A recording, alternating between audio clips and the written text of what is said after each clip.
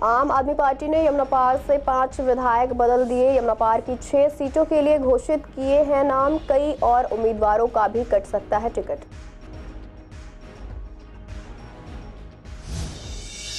दिल्ली सरकार का बढ़ती सर्दी से निपटने के लिए एक्शन प्लान फेल। रेन बसेरों के पास लगाए गए पगोड़ा टेंट में नहीं मिल रही है सुविधा। पूर्वी दिल्ली के रैन बसेरों में गर्म पानी और खाने पीने की भी नहीं है व्यवस्था।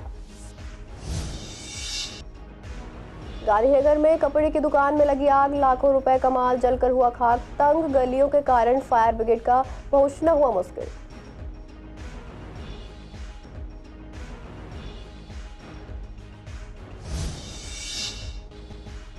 चौदह दिसंबर को राष्ट्रीय लोक अदालत का आयोजन। ट्रैफिक चालानों का होगा निपटारा। लोगों का कहना है ट्रैफिक पुलिस चालान निपटारे की प्रक्रिया को बनाए आसान।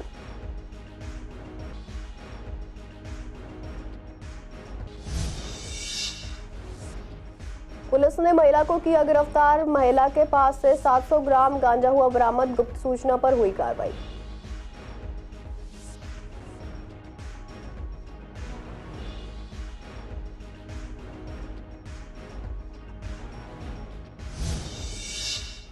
नमस्कार, आप देख रहे हैं सीसीएन लाइव। मैं हूं आपके साथ शिवानी तिवारी। स्वागत है आपका हमारे खास कार्यक्रम पूर्वी दिल्ली खास में। बुलेटिन की शुरुआत करते हैं कुछ खास खबरों के साथ। यमुनापार की 16 सीटों में आम आदमी पार्टी के 10 विधायक हैं, लेकिन अब तक आधा दर्जन से ज्यादा विधायकों के नाम काट दिए गए हैं। आज आम आदमी पार्टी ने जिन 20 उम्मीदवारों के नाम घोषित किए हैं उनमें 6 यमुनापार के हैं। वैसे पूर्वी दिल्ली और उत्तर पूर्वी दिल्ली संसदीय क्षेत्र में जंगपुरा और तिमारपुर इलाके भी आते हैं और वहां से 2 विधायकों के टिकट भी काट दिए गए हैं। आम आदमी पार्टी की लिस्ट में सबसे बड़ा नाम पूर्व डिप्टी सीएम मनीष सिसोदिया का नाम है, जिन्हें पड़पड़गंज से टिकट नहीं दिया गया। इसी तरह त्रिलोकपुरी से रोहित महरोलिया का टिकट भी काट दिया गया है। पड़पड़गंज से शिक्षा के क्षेत्र में नाम कमाने वाले अवध ओझा को उम्मीदवार बनाया गया है, जिन्होंने पिछले हफ्ते ही आप ज्वाइन किया है। त्रिलोकपुरी से अंजना पारचा उम्मीदवार होंगी। कृष्णानगर से एसके बग्गा का टिकट कटने की बात काफी समय से की जा रही थी, लेकिन उनके लिए संतोष की बात यह है कि उनके बेटे विकास बग्गा को उम्मीदवार बना दिया गया है। गांधीनगर से नवीन चौधरी पिछली बार भी उम्मीदवार थे और इस बार भी उन्हें ही रिपीट किया गया है। पिछली बार वह अनिल वाजपेयी से हार गए थे। इसी तरह शाहदरा से सबसे सीनियर विधायक रामनिवास गोयल को टिकट नहीं मिला। उन्होंने राजनीति से संन्यास का ऐलान किया है। मुस्तफाबाद से इस बार भी पार्टी ने अपना उम्मीदवार बदल दिया है।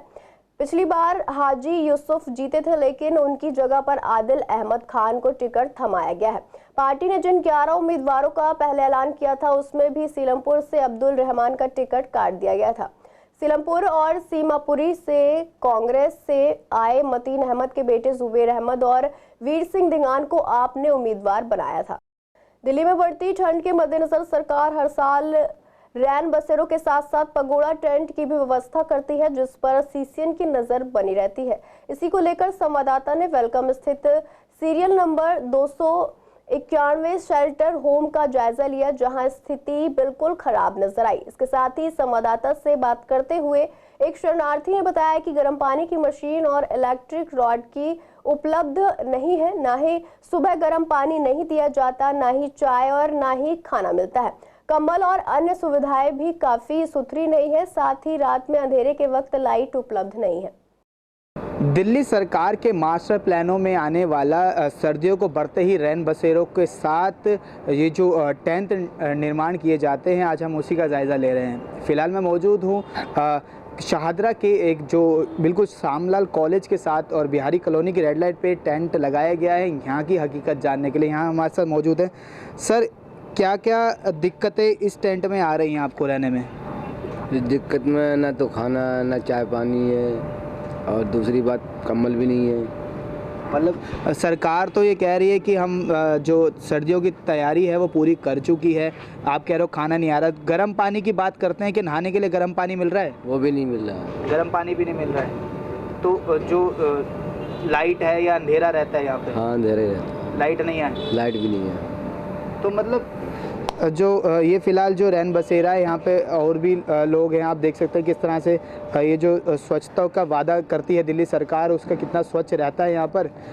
बताया जा रहा है, यहाँ जब हमने केयर टेकर से बात की तो उन्होंने कहा था कि सर बिजली यहाँ पे जो बिस्तर है वो बिस्तर की व्यवस्था हो चुकी है, लेकिन जो सच्चाई है, जो शरणार्थी बता रहे हैं, उन्होंने साफ कहना है कि जो रैन बसेरे का दावे दिल्ली सरकार कर रही है उसमें खाने के लिए और पीने के लिए गर्म चाय, खाने के लिए खाना और नहाने के लिए गर्म पानी की व्यवस्था अब भी नहीं है। देखने वाली बात है कि सरकार जो वायदे कर रही है वो कितने पूरे हो रहे हैं या केवल प्रचार के लिए ही कर रही है। वो जो हकीकत है यहाँ के शरणार्थी हमें बता चुके हैं। आप भी देखना चाहेंगे तो कि किस तरह से ये टेंट का निर्माण किया गया है। बिल्कुल इसमें एक भी लाइट नहीं है। अगर रात के अंधेरे में कुछ दिक्कत पड़ती है तो यहाँ पर नहीं है। पानी का जार है, कूड़े का डब्बा है, लेकिन पानी के जार में पता नहीं कि पानी कैसा आ रहा है पीने के लिए, क्या नहीं आ रहा है। अभी पानी की अगर बात करें अंकल कि जो ये पानी है पीने के लिए साफ़ है, बदबू तो नहीं आती है? नहीं, पानी तो फिलहाल भर के लाते हैं, खुद ही भर के लाते हैं। यहाँ पे कोई छोड़ने नहीं आता है? छोड़ने कोई नहीं आता, पानी कोई नहीं छोड़ने आता। हाँ, ये तो अभी लगा है 1 हफ्ता हुआ है लगे हुए। 1 हफ्ते में व्यवस्था पूरी नहीं कर पाए। अभी नहीं कर पाए। सरकार तो कह रही है कि हमने जो रैन बसेरों में टेंट लगवाए हैं उसमें सब कुछ चीज़ पहुँच चुकी है। यहाँ वाले मैंने पहुँची, आगे का पता नहीं। यहाँ मैंने क्या क्या नहीं मिला यहाँ पे? यहाँ तो बस वैसे तो सब बिस्तर सब कुछ है। हाँ, बाकी वैसा सामान कुछ नहीं है। बात करें खाने की, खाना पीना भी कुछ नहीं है, चाय वगैरह, अभी पानी नहाने के लिए।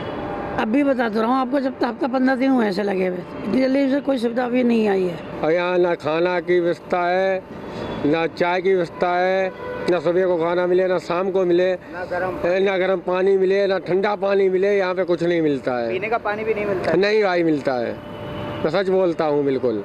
तो अगर बात की जाए एक भी लाइट नहीं है तो अंधेरे में कैसे रहता है? क्या करूँ भाई, रहना पड़ता है। जब यहाँ लाइट नहीं दे रहा है, बोल रहा हूँ बार बार, सरकार नहीं दे रही है। सरकार क्यों नहीं दे रही? सरकार सब कुछ दे रही है।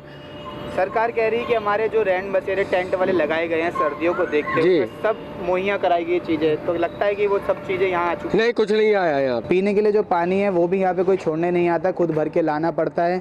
देखने वाली बात यह है कि ये जो रैन बसेरे का मॉडल दिल्ली सरकार बढ़ती सर्दियों को लेकर आती है वो कहीं ना कहीं मुझे तो फेल नज़र आ रहा है। बाकी आपका क्या कहना है कमेंट बॉक्स में जरूर बताना। वीडियो जर्नलिस्ट अतुल भारद्वाज के साथ विवेक पठानिया, सीसीएन दिल्ली। दिल्ली के शाहदरा जिले के गांधीनगर इलाके में स्थित पुनित क्रिएशन नामक कपड़े की दुकान में रविवार रात भीषण आग लग गई। सूचना मिलते ही दमकल की टीम ने त्वरित कार्रवाई करते हुए घंटों की मेहनत के बाद आग पर काबू पाया। राहत की बात यह है कि इस आग के हादसे में किसी भी व्यक्ति के हताहत होने की खबर नहीं है, लेकिन दुकान में रखा लाखों का सामान पूरी तरह से जलकर खाक हो गया। दमकल विभाग के अधिकारी नितिन ने बताया कि उन्हें शाम 8:47 पर आग लगने की सूचना मिली। सूचना मिलते ही दमकल की टीम मौके पर पहुंची, लेकिन आग 3 मंजिला दुकान की ग्राउंड और पहले मंजिल पर फैल गई थी, जिससे आग पर काबू पाना चुनौतीपूर्ण हो गया। अधिकारी ने कहा कि उन्हें तंग गलियों के कारण काफी दिक्कतों का सामना करना पड़ा। एक फायर टेंडर को एक बार ही इस्तेमाल किया जा सका, जिसके चलते गीता कॉलोनी और कनॉट प्लेस से अतिरिक्त फायर टेंडर बुलाना पड़ा। दुकान के मालिक नारायण दास ने बताया कि वह तकरीबन 8 बजे दुकान बंद कर घर जा रहे थे, तभी उन्हें सूचना मिली कि उनकी दुकान में आग लग गई है। वह तुरंत वापस लौटे और दमकल को आग के बारे में सूचित किया। दमकल की टीम द्वारा आग पर जलती हुई स्थिति को काबू में लाने के बाद नारायण दास ने राहत की सांस ली, क्योंकि हादसे के वक्त दुकान में कोई मौजूद नहीं था। आग पीछे की तरफ से लगी थी और इसने ग्राउंड फ्लोर और पहली मंजिल पर रखे सारा सामान जलकर खाक कर दिया। नारायण दास ने कहा कि आग लगने का कारण अभी तक पूरी तरह से स्पष्ट नहीं हो पाया, लेकिन उन्होंने आशंका जताई कि यह शॉर्ट सर्किट की वजह से आग लग सकती है। Delhi state legal services authority के सहयोग से दिल्ली ट्रैफिक पुलिस आगामी शनिवार यानी 14 दिसंबर को राष्ट्रीय लोक अदालत का आयोजन करने जा रही है। यह आयोजन दिल्ली की 7 जिला अदालतों में होगा, जिसमें पेंडिंग ट्रैफिक चालानों का भी निपटारा किया जाएगा। हर बार दिल्ली ट्रैफिक पुलिस चालानों के निपटारे के लिए लिंक जनरेट करती है। आज भी लिंक जनरेट किया गया, जिससे चालान डाउनलोड किए जाने थे, लेकिन लोग 3 से 4 घंटे तक इंतजार करते रहे और साइट ठीक से काम नहीं कर सकी। लोगों का कहना है कि इस बार भी वे चालान समय पर नहीं निपटा पाएंगे। लोगों का कहना है कि वेबसाइट की तकनीकी खामियों के कारण उन्हें ऑफिस से छुट्टी लेनी पड़ती है और परेशानी का सामना करना पड़ता है। लोगों ने अपील की है कि दिल्ली ट्रैफिक पुलिस इस समस्या को जल्द सुलझाए, ताकि ज्यादा से ज्यादा चालानों का निपटारा सुचारू रूप से किया जा सके। उनका कहना है कि यदि साइट सही से काम करे तो चालान निपटाने की प्रक्रिया काफी आसान हो सकती है। सुबह से 10 बजे से बैठे और अभी तक टाइम हो गया, इनकी साइड ओपन नहीं हो पा रही। आप देख लीजिए 3-4 घंटे हो गए, तो क्या व्यवस्था का बुरा हाल हुआ पड़ा है। कितनी दिक्कतें हो रही हैं आपको? दिक्कतें बहुत हो रही है। मेरे साथ वालों के चलान है, मेरे खुद के चलान है। और आज का टाइम दिया था 10 बजे से लेके देखो 1 बजने को हो रहा है, अभी तक साइड ओपन नहीं हो पा रही है। तो कितनी दिक्कत हो रही है? कितने चलान होंगे आपकी गाड़ी पर? मेरे साथ में 8-9 बंदे थे, सभी मिलजुल के बोले थे 10-15 चलाने जमा करा देंगे। सभी, किसी ने छुट्टी कर ली, किसी ने कुछ कर लिया चलान जमाने के लिए, सब ऐसे बैठे हुए, कोई चलान जमा नहीं हुआ। इनकी साइड ओपन नहीं हो पा रही, तो बहुत ज़्यादा सुधार की जरूरत है। इसमें बहुत ज़्यादा सुधार की जरूरत है। देखो ना, चलान पे चलान बढ़ते जाएंगे, फिर आगे भी तारीख पड़ती रहेगी, तो उसमें दिक्कतें तो हमारी हो रही है, हमारी गाड़ी जमा हो जाएगी। दिल्ली ट्रैफिक पुलिस से मेरा एक ये खास निवेदन है कि अगर वो जो वेबसाइट जिसके ऊपर से ये लिंक से जहाँ से ये चालान डाउनलोड होते हैं, उस वेबसाइट का या तो समय सीमा या फिर उससे जो 1,80,000 की जो ये लिमिट है, इसको या तो बढ़ाया जाए, क्योंकि अमूमन ये देखा गया है कि जितने भी निवासी हैं, जितने भी सिटीजन्स हैं, उनको ये लिंक से चालान डाउनलोड करने में ही बहुत दिक्कत आती है। या तो वेबसाइट ही हैंग कर जाती है या फिर थोड़े समय के अंदर ही ये जो 1,80,000 या फिर जो भी कोई नंबर होता है उसका क्राइटेरिया ही बढ़ जाता है। शाहदरा जिला की विवेक विहार पुलिस ने ज्वालानगर के इंदिरा पार्क के पास एक महिला को गिरफ्तार किया है। उसके पास से 700 ग्राम गांजा बरामद किया गया है। मिली जानकारी के अनुसार उसके पास 700 ग्राम से ज्यादा गांजा मिलने की उम्मीद है और पुलिस को गुप्त सूचना मिली थी कि यह महिला इलाके में गांजे की तस्करी करती है और साथ में इसको बेचती भी है। पुलिस ने ट्रैप लगाकर इस महिला को गिरफ्तार किया है। पूर्वी दिल्ली में एंटी नारकोटिक्स स्क्वाड ने एक बड़ी कार्रवाई करते हुए अंतर्राज्यीय ड्रग सिंडिकेट का भंडाफोड़ किया है। इस ऑपरेशन में 6 ड्रग तस्करों को गिरफ्तार किया गया है, जिनमें 2 ड्रग पैडलर, एक आपूर्तिकर्ता और साइकोट्रोपिक पदार्थ के 3 स्रोत शामिल हैं। इनके पास से 255.32 ग्राम स्मैक, 1 वजन मशीन और 43 स्मैक पाउच बरामद किए गए हैं। पुलिस को गुप्त सूचना मिली थी कि जब्बार नामक एक व्यक्ति गाजीपुर डेयरी फार्म झुग्गी इलाके में ड्रग सप्लाई करने आ रहा है। उसे 60 ग्राम स्मैक के साथ गिरफ्तार किया गया। पूछताछ में जब्बार ने अपने सहयोगी शाहिद और अन्य तस्करों के नाम उजागर किए। पुलिस ने शाहिद समेत मोहम्मद जिशान, मोहम्मद आमिर, अंकित और फरमान को भी गिरफ्तार किया है। यह ड्रग नेटवर्क बरेली और गाजियाबाद से दिल्ली एनसीआर में साइकोट्रोपिक पदार्थों की सप्लाई करता था। पुलिस अब इस सिंडिकेट से जुड़े अन्य अपराधियों की तलाश कर रही है। शाहदरा नॉर्थ जोन की बिल्डिंग का निर्माण हुए 3 दशक से ज्यादा हो चुके हैं, लेकिन प्रावधान के बाद भी बिल्डिंग के अंदर लिफ्ट नहीं लग पाई थी। इसी को लेकर संवाददाता से बात करते हुए जोन के अध्यक्ष प्रमोद गुप्ता ने बताया कि इसमें सबसे बड़ी बात यह है कि अध्यक्ष और डिपार्टमेंट के लोग आते गए, लेकिन किसी ने इस पर चिंता नहीं जताई। प्रमोद गुप्ता ने बताया कि मैं खुद तीसरी बार अध्यक्ष बना हूं। मैंने अपने पहले कार्यकाल में ही लिफ्ट पर चिंता जताई थी और इसका बजट भी फाइनल करवाया था। इस बार मैंने अध्यक्ष बनते ही पहले पुरानी फाइलें खुलवाई और इस पर ऑब्जेक्शन उठाकर यह लिफ्ट लगवाकर जनता को समर्पित की। उन्होंने कहा, अधिकारियों से मिलने के लिए आई जनता बड़ी परेशान हुआ करती थी, अब वह परेशान नहीं हुआ करेगी।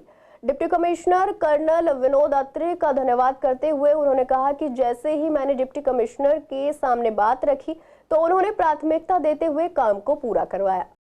देखिए, निश्चित ही बड़ा देर से ये काम हुआ। इस बिल्डिंग को बने बहुत वर्ष हो गए और वर्ष के बिल्डिंग शुरू से इसके साथ प्रावधान था। मैं एज ए चेयरमैन, मुझे तीसरी बार रहने का इस जोन में अवसर मिला है और मैं देखता था कई बार कई बुज़ुर्ग हैं, हाथ पैरों से लाचार हैं, ऊपर तक आने की, फर्स्ट फ्लोर पे चेयरमैन रूम होता था, डिप्टी कमिश्नर का और वरिष्ठ अधिकारियों के रूम है, वहाँ तक पहुँच पाने में असमर्थ रहते थे लोग। तो एक बहुत बड़ी समस्या इस जोन में चल रही थी। हर्ष का विषय उस समस्या का समाधान इस बार मेरे कार्यकाल में हो रहा है। आज हमारी इस बिल्डिंग में लिफ्ट का ट्रायल चल रहा है। 2-3 दिन में इसका ट्रायल संपूर्ण होकर इंस्पेक्टर वगैरह चेक कर रहे हैं। उसको चेक करके उसकी लाइसेंस की प्रक्रिया जारी है। 3-4 दिन में इसका लाइसेंस आ जाना चाहिए। उसके बाद ये जनता की सेवा में पूरी तरह से समर्पित हो जाएगी। कुछ लापरवाही, कुछ टेक्निकल इश्यूज़, कुछ जब इसकी जो पिट बनी थी, जो इसकी साफ्ट बनी थी जब बिल्डिंग के साथ, उसमें छोटी मोटी कमियां थी। कहीं ना कहीं उसमें कोई बीम या कुछ आ रहा था जिसको थोड़ा सा शिफ्ट करके या थोड़ा सा छील के उसको किया जा सकता था। फैक्ट ये है कि उसके बाद नेता भी आते चले गए, अधिकारी भी आते बदलते गए। सबको ये लगता था कि 1 साल के लिए हैं, 2 साल के लिए हैं, पता नहीं कब तक हैं कब तक नहीं हैं। तो सिर्फ अपने काम पर और अपनी जिम्मेदारियों पर ध्यान रखा। मुझे ऐसा लगता है किसी ने इस तरफ बहुत ज़्यादा फोकस ही नहीं किया कि इस बिल्डिंग के अंदर जनहित के लिए हम क्या क्या सुविधाएं दे सकते हैं। बहुत ज़्यादा ध्यान इसका नहीं गया। मैं 2018-19 में जब पहले चेयरमैन था तब भी मैंने इस बात को उठाया था और इस बात को आगे बढ़ाया था। तब से ही इसको आगे बढ़ा के उसके बाद ये फाइल कंप्लीट हो गई, इसमें बजट का एलोकेशन हो गया, प्रावधान हो गया और कई वर्षों से तो ये बजट और सब कुछ फाइल कंप्लीट पड़ी हुई थी। किसी ने बहुत ज़्यादा फोकस नहीं किया। मैं धन्यवाद भी करूँगा मेरे डिप्टी कमिश्नर विनोद आत्रेय जी का। उन्होंने मुझे जब मैंने ये विषय रखा तो उन्होंने बहुत मुस्तैदी के साथ इसकी फ़ाइल को दिखवाया और उन्होंने बहुत तेज़ी के साथ इस काम को करने में अपना सहयोग दिया। दिल्ली में आगामी विधानसभा चुनाव को लेकर आम आदमी पार्टी ने अपने उम्मीदवारों की लिस्ट जारी कर दी है। लिस्ट जारी होने के बाद हमने पूर्वी दिल्ली के कृष्णनगर इलाके में स्थानीय निवासियों से जाकर उनके विधानसभा में चुनकर आने वाले विधायक के बारे में राय जानी। तो अधिकतर लोगों ने क्षेत्र की समस्या को लेकर नाराजगी जाहिर की है। लोगों का कहना है कि चुनाव के समय नेता वादे करते हैं लेकिन जीतने के बाद क्षेत्र की हालत जस की तस बनी रहती है। जबकि कृष्णनगर इलाके को छोटा कनॉट प्लेस कहा जाता है लेकिन यहाँ साफ सफाई की हालत बेहद खराब है। स्थानीय निवासियों ने बताया कि उन्होंने कई बार मौजूदा विधायकों से शिकायत की है लेकिन समस्याओं का कोई समाधान नहीं हुआ। जनता का कहना है कि चुनाव जीतने के बाद विधायक इलाके में घूमना तो दूर, उनकी समस्याएं तक सुनने नहीं आते। क्षेत्र में सड़कों की स्थिति खराब है और साफ सफाई का अभाव है जिससे लोग परेशान हैं। अब गिल जो इन्होंने पार्टी ने टिकटें पहले बांट दी है, जो प्रत्याशी खड़े होंगे इनको सेवा करने का मौका मिलेगा। टाइम पहले पता लग जाएगा कि पब्लिक की क्या डिमांड है या पब्लिक के अंदर क्षेत्र में क्या चल रहा है क्या नहीं चल रहा है। नालियाँ बंद हैं, सड़कें टूटी पड़ी हैं, पानी नहीं आ रहा, बिजली का काम है, इनको पहले पता लगे। नहीं सर, आज तक तो कोई दर्शन दिए नहीं किसी ने। हाँ, मगर पीछे जो 1-2 विधायक आए ऐसे जिन्होंने आके अपना काम भी करा है, कार्य भी करा है, मगर उनकी भी आवाज़ दबा देगी, उनको भी काम करने से रोक दिया गया। ये ट्रेंड जो शुरू हुआ है, पहले लिस्टें जो थी लास्ट मोमेंट पे डिक्लेयर हुआ करती थी जी। और पार्टी ये सोच के कि भी प्रत्याशी को पहले उतार देती ताकि एक तो उसको काम करने का मौका मिले जी। मैं तो सभी के लिए कहूँगा, चाहे वो कांग्रेस हो बीजेपी हो, कि समय से यदि वो डिक्लेयर करते हैं तो उससे जो प्रत्याशी है और नागरिक पब्लिक को भी पता लगता है कि कौन कौन कैंडिडेट है। आमतौर पे देखा गया कि 20-25 दिन सारे मिलते रहे, पब्लिक ही नहीं जान पाती थी कि कौन कैंडिडेट है कौन नहीं, तो लकीर का फकीर बन के इंसान वोट दे देता था। कृष्णनगर में कितना काम हुए हैं, चाहे कोई भी पार्टी आई हो तो कितने काम हुए हैं? देखिए, एक बात है कि पहले यहाँ बीजेपी का वर्चस्व था और 10 साल से आम आदमी का है। जिस तरीके से कृष्णनगर जाना पहचाना चाहिए था कि भाई जितना नाम है कृष्णनगर का और जितनी डेवलपमेंट कृष्णनगर में होनी चाहिए थी, उस तरीके की उपलब्धि आज कोई कृष्णनगर में है नहीं। कृष्णनगर का क्षेत्र हमारा मिनी कनॉट प्लेस से जाना जाता है, जो पहले 10 साल से अब जो बीजेपी आम आदमी पार्टी थी, अब बिल्कुल भी मतलब डेवलपमेंट तो हुई नहीं। अब हर जगह देखो कि साफ़ सफाई की बड़ी कितनी समस्या रहती है और बारिशों के मौसम में पानी की समस्या कितनी रहती है। डेवलपमेंट तो बिल्कुल भी नहीं हुई है। गीता कॉलोनी के 15 ब्लॉक की मुख्य सड़क पिछले 1 साल से टूटी हुई है जिससे यहाँ रहने वाले और इससे सड़क से गुजरने वाले लोग बेहद परेशान हैं। इतनी ही नहीं, यहाँ सीवर का पानी भी सड़कों और गलियों में बह रहा है जिसके कारण लोगों को बदबू और आने जाने में परेशानी हो रही है। स्थानीय लोगों ने बताया कि ये सड़क जर्जर हो चुकी है और जगह जगह से टूटे होने के कारण आए दिन लोग चोटिल हो जाते हैं। लोगों का कहना है कि सीवर के गंदे पानी के कारण यहाँ पर बहुत बदबू आने के साथ मच्छर भी बहुत ज्यादा आते हैं जिसकी वजह से बीमारियों का भी डर बना हुआ है। लोगों ने बताया कि इस समस्या को लेकर कई बार इलाके के विधायक को शिकायत की गई है लेकिन कोई कार्रवाई नहीं हो रही। समस्या जस की तस बनी है। यहाँ पे बहुत ज़्यादा दिक्कत है इस सड़क के बारे में। आज 6 महीने तो हो गए। पहले तो कोई पानी बहुत सीवर लीक कर रहा था, सीवर लीक होने की खबरें रिपोर्ट लिखाई सांसद जी को और अपने निगम पार्षद को भी, लेकिन कहीं किसी ने सुनवाई नहीं दी। जब सब लोग इकट्ठे होके गए तो ये आधी सड़क बना दी इन्होंने और आधी ये छोड़ दी। आप देख लो क्या हालत है। और यहाँ पे महिलाएं चल नहीं सकती, गिर जाती हैं स्कूटर वाले। ये पानी सीवर लीक कर रहा है सारा।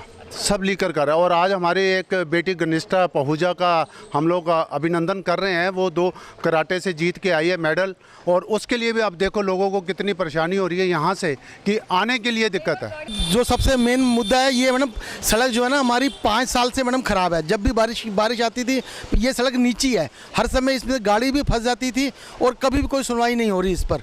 5 साल पहले भी इतना बुरा हाल था कि मशीन, जो पानी निकालने वाली मशीन थी उसको बुलाना पड़ता था, उसके बावजूद यहाँ से पानी निकाला जाता था। रिक्वेस्ट करने पर गवर्नमेंट बड़ी मुश्किल से मशीन भेजती थी पानी निकालने वाली, और अब जाके इन्होंने 3-4 महीने पहले इस सड़क को भरा है।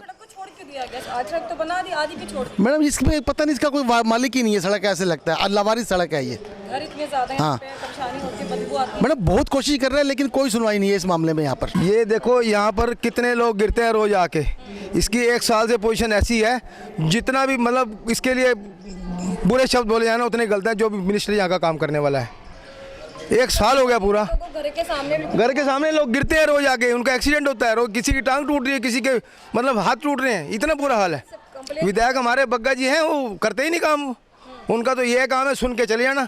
20 बार उनके पास हुआ है, अब कम से कम उनका 2 बार सर्वे भी हो गया, लेकिन वो आने का नाम नहीं, काम करते ही नहीं वो। आम आदमी पार्टी द्वारा सोमवार को जारी की गई दूसरी उम्मीदवार सूची में शाहदरा विधानसभा के उम्मीदवार के नाम की घोषणा के बाद क्षेत्र में भारी विरोध देखने को मिला। शाहदरा विधानसभा के सभी कार्यकर्ताओं ने सामूहिक रूप से बाबूराम स्कूल शाहदरा में प्रदर्शन किया और इस्तीफे की पेशकश की। कार्यकर्ताओं का कहना है कि हेलीकॉप्टर से आया उम्मीदवार स्वीकार्य नहीं है और अगर पार्टी ने इसे बदला नहीं तो वे चुनाव में काम नहीं करेंगे। प्रदर्शनकारियों ने काले डब्बे का जादू जैसे नारे लगाते हुए पार्टी नेतृत्व पर सवाल उठाए। इसके अलावा कार्यकर्ताओं ने भ्रष्टाचार दे नाल साडा केजरीवाल जैसे नारों के साथ अपनी नाराजगी व्यक्त की और नियुक्ति पत्र की प्रतीकात्मक होली जलाकर विरोध प्रदर्शन को और तीव्र कर दिया। पार्टी कार्यकर्ताओं की इस नाराजगी से विधानसभा चुनाव में आम आदमी पार्टी के लिए नई चुनौती खड़ी हो गई है। दिल्ली विधानसभा चुनाव के बाद आज दूसरी लिस्ट आम आदमी पार्टी की आई है, जिसमें शाहदरा विधानसभा सीट का भी अनाउंसमेंट हुई है। लेकिन ऐसा क्या हुआ जो आम आदमी पार्टी के ज़मीनी कार्यकर्ता है आज बाबूराम पे इकट्ठा हुए हैं? बात करेंगे उनसे।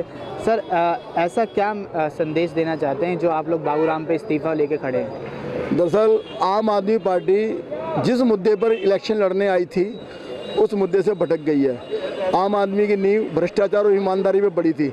जिन लोगों के खिलाफ हमने इलेक्शन लड़ा, जिन लोगों के खिलाफ हमने चुनाव जीता, आज उन्हीं लोगों को टिकट दिया जा रहा है। रोहतास नगर से सरिता सिंह जी, विश्वास नगर से अपना सिंगला जी, गांधीनगर से दीपू जी, जो चुनाव हार चुके हैं उनको दोबारा टिकट दिया रहा है। और शाहदरा विधानसभा में 2 बार के एमएलए रहे माननीय रामनिवास गोयल जी को प्रेशर बना के उनसे ज़बरदस्ती इस्तीफा लिया गया। हम पार्टी नेतृत्व के जो फैसला लिया है उसके विरोध में हम सब आज यहाँ शाहदरा विधानसभा के समस्त पदाधिकारी सामूहिक रूप से इस्तीफा दे रहे हैं। सर, ऐसा नहीं लगता है जिस तरह से कि विपक्षी दल आरोप लगाता है कि अरविंद केजरीवाल की सरकार पार्टी बदलती जा रही है, भ्रष्टाचार में घुसती जा रही है, कि आप कार्यकर्ता उसको मानते हैं कि वो ठीक माना जा रहा है? वो बिल्कुल ठीक माना जा रहा है। हमें तो आज अपने आप को ठगा सा महसूस कर रहे हैं, क्योंकि जिस तरीके से पहले कैंडिडेट को चुनाव लड़ाने से पहले आम पब्लिक से पूछा जाता था कि भाई आपका कैंडिडेट कौन होगा, यहाँ तक कि इवन जब पंजाब में मुख्यमंत्री का चुनाव हुआ तो वहाँ भी पब्लिक से पूछा गया कि भाई कौन सीएम बनेगा। लेकिन शाहदरा में अब कैंडिडेट दे दिया गया। यहाँ के किसी वॉलंटियर से, किसी वर्कर से कोई नहीं पूछा गया कि भाई तुम्हारा कैंडिडेट कौन होगा। कोई मीटिंग नहीं करी, कोई हम इंतजार कर रहे हैं 5 दिनों से कि हमारे पास आएँ, हमसे पूछे कि जी आपको ये कैंडिडेट पसंद है या नहीं, इस कैंडिडेट के लिए आपने काम करना है, क्या करना है, कुछ नहीं पूछा, ऐसे डिक्लेयर कर दिया। याद करो जब 2012 में ये आंदोलन स्टार्ट हुआ था, 2012 में जब ये आंदोलन स्टार्ट हुआ था तो हर आदमी निकला था कि शायद अब भ्रष्टाचार के खिलाफ एक काल आएगा, लेकिन अब नारा बदल गया है, भ्रष्टाचार दे नाल साडा केजरीवाल। को एक बात कही है, it's a magic of black box, कुछ में कुछ भी हो सकता है। काली पेटी में क्या है ये काला ही मन जानता है। पार्टी के खिलाफ नहीं है, लेकिन केजरीवाल जी को सिर्फ ये सोचना चाहिए कि 10-10, 12-12 साल से जो कार्यकर्ता यहाँ पे काम कर रहे हैं, ठीक है, उन्होंने कार्यकर्ता से एक बार भी ये नहीं पूछा कि आप लोग यहाँ पे काम कर रहे हो कि यहाँ पे कैंडिडेट के लिए कौन सा चेहरा सबसे ज़्यादा बेस्ट है, सबसे ज़्यादा सही है। तो क्या उनको पूछना नहीं चाहिए था? पसंद की बात नहीं है, केजरीवाल जी ने गलत डिसीजन लिया है कि जो बीजेपी के हारे हुए हैं उनको पार्टी में लाए और हर काम के लिए हम रविंदर केजरीवाल जी के साथ थे। धरना प्रदर्शन वो हम लोग हाँ जी कार्यकर्ता बहुत जरूरी इम्पोर्टेंट रखता है। शाहदरा विधानसभा के कार्यकर्ता व महिला मोर्चा के कार्यकर्ताएं जो हैं वो विरोध कर रहे हैं। उनका साफ कहना है कि जो विपक्षी दल बताया करते थे कि आरोप लगाया करते थे कि ये जो घोटाला अरविंद केजरीवाल की सरकार करती है वो कहीं ना कहीं कार्यकर्ताओं के द्वारा वो कह रहे हैं कि हमें साबित हो चुका है। ब्लैक बॉक्स नाम की चीज़ से उन्होंने निवाजा है कि ब्लैक बॉक्स में कुछ भी हो सकता है, ब्लैक बॉक्स का जोर है तो काम चल रहा है। वीडियो जर्नलिस्ट अब्दुल भारद्वाज के साथ विवेक पठानिया, CCN दिल्ली। फिलहाल के लिए पूर्वी दिल्ली खास में इतना ही। ऐसी तमाम अपडेट्स के लिए बने रहिए CCN लाइव के साथ।